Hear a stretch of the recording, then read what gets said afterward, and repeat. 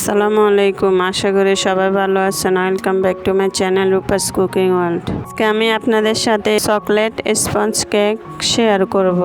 এটা অল্প সময়ের মধ্যে বানানো যায়, মুখে দিলে মিলিয়ে যাবে। ঘরে থাকা অল্প কিছু উপকরণ দিয়ে হবে এই কেকটা তৈরি। তাহলে রেসিপিটি শুরু করা যাক। প্রথমে আমি শুকনো উপকরণ চেলে নিচ্ছি। দিয়ে দিচ্ছি 1/3 কাপ ময়দা, 1 টেবিল চামচ কোকো পাউডার, হাফ চা চামচ বেকিং পাউডার, 1/4 চা চামচ বেকিং সোডা। উপকরণগুলো আমি ভালো করে চেলে নিচ্ছি। দিয়ে দিচ্ছি 1 চিমটি লবণ। উপকরণটা আমি মিশিয়ে আবারও আরেকবার ভালো করে চেলে নিচ্ছি।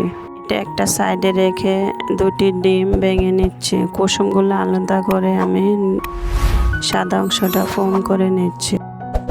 ফোম হয়ে আসলে দিয়ে দিচ্ছি হাফ কাপ চিনি। চিনিটা আমি অল্প অল্প করে 3 বারে দিয়েছি। চিনিটা গলে আসলে দিয়ে দিচ্ছি 2 টেবিল চামচ তেল। তেলটা দিয়ে আবারও বিট করে নিচ্ছি। দিয়ে দিচ্ছি এখন ডিমের কুসুমগুলো দিয়ে আবারও বিট করে নিচ্ছি। দিয়ে দিচ্ছি চকলেট ইমুলশন 1/4 চা চামচ। দিয়ে এটা আবারও 10 থেকে 15 সেকেন্ড উঠিয়ে নিচ্ছি। এখন শুকনো উপকরণ অল্প অল্প করে দিয়ে আমি একদিক থেকে মিশিয়ে নিচ্ছি। কিভাবে মেশাচ্ছি দেখে বুঝতে পারছেন। এখানে আমার দুধ লাগবে, 2 টেবিল চামচ দুধ দিয়েছি, পরে আরো 2 টেবিল চামচ দিয়েছি। কেকের ব্যাটারটা এরকম হয়েছে, দেখে বুঝতে পারছেন। এখন কেকের ব্যাটার রেডি। 6 ইঞ্চি একটা কেকের মোল্ডে আমি বেকিং পেপার দিয়েছি। দিয়ে এখন কেকের ব্যাটারটা ঢেলে দিচ্ছি। দিয়ে ট্যাপ করে পানিতে আমি হাত চুবিয়ে একটু মাঝখানে দিয়ে দিচ্ছি। দেখে বুঝতে পারছেন কিভাবে দিচ্ছি। এটা কেকটার ফেটে যাবে না। একটা পাতিল আমি 2টি কাগজ দিয়ে একটা স্ট্যান্ড দিয়েছি। দিয়ে এখন কেকের মোল্ডটা দিয়ে দিচ্ছি। চুলা মিডিয়াম টু লো হিটে 20 থেকে 25 মিনিট আমি বেক করে নিব কেকটা। দেখে বুঝতে পারছেন কাঠিটা একদম শুকনো আসছে, কেকটা হয়ে গেছে।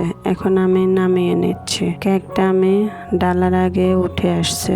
বেকিং পেপারটা দেখে বুঝতে পারছেন কিভাবে খুলে আসতেছে, কেকটা কতটা সফট হয়েছে।